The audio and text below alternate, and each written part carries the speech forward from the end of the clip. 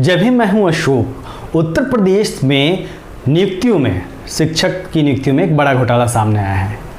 दरअसल भारतीय जनता पार्टी के नेता सुब्रमण्यम स्वामी के आरक्षण को लेकर काफ़ी पहले दिए गए एक बयान को बार बार दोहराने और याद करने की ज़रूरत है, क्योंकि सारी बातें जो भी घोटाले हो रहे हैं SC/ST को लेकर, ख़ास तौर पे उनकी नियुक्तियों में, वो कहीं ना कहीं उससे जुड़ा हुआ है।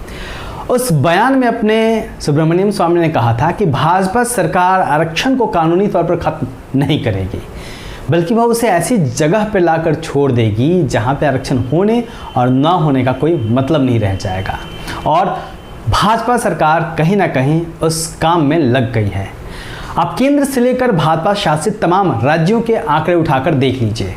आरक्षित वर्ग को नौकरियों में मिलने वाले आरक्षण को लेकर तमाम अनियमितताएं देखने को मिल जाएगी। केंद्र सरकार द्वारा लैटरल एंट्री जो घोषित की गई थी, जिसमें तमाम आरक्षण के नियमों की धज्जियां उड़ा दी गई थी, वो सबके सामने है। उसके बाद क्या हुआ और क्या हो रहा है, उसके नतीजे आप देख चुके हैं। नया घोटाला उत्तर प्रदेश में सामने आया है, जिसमें बहुजन समाज के युवाओं की तकरीबन 6000 नौकरियां सवर्ण समाज के युवाओं को साजिश के तहत दे दी गई है। उत्तर प्रदेश के राष्ट्रीय पिछड़ा वर्ग आयोग ने कहा है कि परिषदीय प्राइमरी स्कूलों के लिए निकली 69,000 सहायक शिक्षकों की जो भर्ती हुई थी, उसमें रिजर्वेशन के नियमों का पालन ठीक से नहीं हुआ है और ये सारा मामला अब खुल के सामने आ गया है। रिक्रूटमेंट प्रोसेस में रिजर्वेशन को लेकर बड़े स्तर पर जो धांधली हुई है, इसकी शिकायत राष्ट्रपति और राज्यपाल तक पहुंची थी और SC और OBC समाज के तमाम अभ्यर्थियों ने इस पर विरोध जताते हुए राष्ट्रपति और राज्यपाल से पत्र लिखा था उनको और इच्छा मृत्यु की मांग की थी।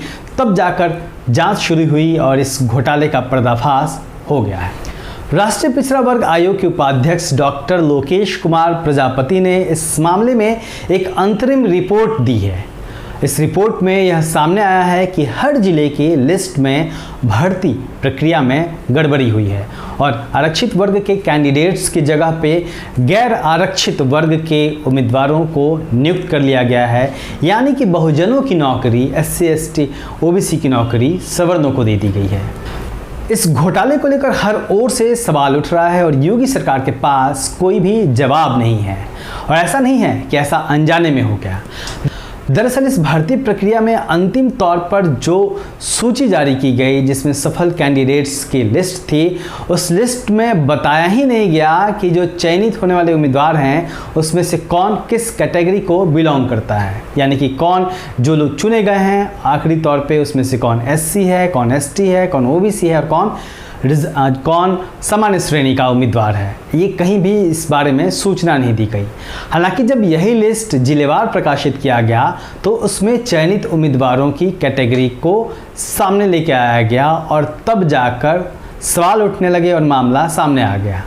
तमाम तरह से हंगामा मचा और इसके बाद राष्ट्रीय पिछड़ा आयोग के उपाध्यक्ष द्वारा जारी की गई अंतिम रिपोर्ट में साफ साफ बताया गया है कि सभी जिलों में प्रकाशित लिस्ट और कैंडिडेट्स की कैटेगरी को लेकर चयन प्रक्रिया में काफ़ी बड़े स्तर पर अनियमितता पाई गई है। रिपोर्ट में कहा गया है कि OBC को 18,598 सीटें मिलनी थी, लेकिन उनके हिस्से की 5,844 सीटें गैर आरक्षित उम्मीदवारों को दे दी गई है। जो सूचना सामने आ रही है उसके मुताबिक 69,000 शिक्षक भर्ती में आरक्षण के नियमों का घोर उल्लंघन हुआ है।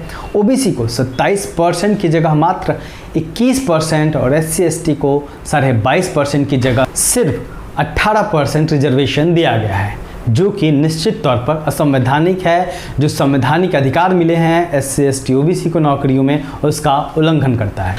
निश्चित तौर पर प्रदेश का मुखिया होने के नाते उत्तर प्रदेश के मुख्यमंत्री योगी आदित्यनाथ पर भी सवाल उठता है, क्योंकि योगी को एक कड़े प्रशासक के रूप में जाना जाता है और उनकी सहमति और जानकारी के बिना नौकरी में इतना बड़ा घोटाला होना संभव ही नहीं है। और अगर यह घोटाला मुख्यमंत्री योगी की नाक के नीचे हुआ है तो यह उनकी नेतृत्व क्षमता पर बड़ा सवाल है। सवाल उत्तर प्रदेश के उप मुख्यमंत्री केशव प्रसाद मौर्य पर भी उठता है, क्योंकि वह पिछड़े वर्ग से आते हैं और अगर इसके बावजूद वह पिछड़े वर्ग के हितों की रक्षा करने में नाकाम रहे हैं तो संभवतः वो भाजपा के भीतर भाजपा सरकार में एक रबर स्टैंप के अलावा शायद कुछ भी नहीं है। इस घोटाले के सामने आने के बाद भाजपा के अंदर जो तमाम ओबीसी के नेता हैं उन पर भी बड़ा सवाल उठता है कि क्या वो अपने समाज के हितों की रक्षा करने में नाकाम है इस सरकार में। इस नौकरी घोटाले के सामने आने के बाद भाजपा सरकार को वोट देने वाले उन पिछड़े और दलित समाज के युवाओं को भी एक बार समझना होगा कि वो जिस भाजपा को वोट देकर सत्ता में लाए थे और वह जिनसे अच्छे दिनों की उम्मीद लगाए थे, दरअसल वह उनकी नहीं सिर्फ सवर्णों की परवाह करती है, क्योंकि यह सरकार उन्हें नौकरी देने के बजाय उनकी नौकरियां छीनकर ऊंची जाति के लोगों को दे रही है। ऐसे में वक्त आ गया है कि बहुजन समाज के युवा, बहुजन समाज के लोग यह समझें कि उनके हितों की रक्षा कौन सा राजनीतिक दल और कौन सा नेता कर सकता है। आप देखते रहिए दलित दस्तक और हमारे चैनल को जरूर सब्सक्राइब भी करिए। जय भीम। फिल्म भीमा कोरेगांव का पास खरीदिए और करोड़पति बनिए।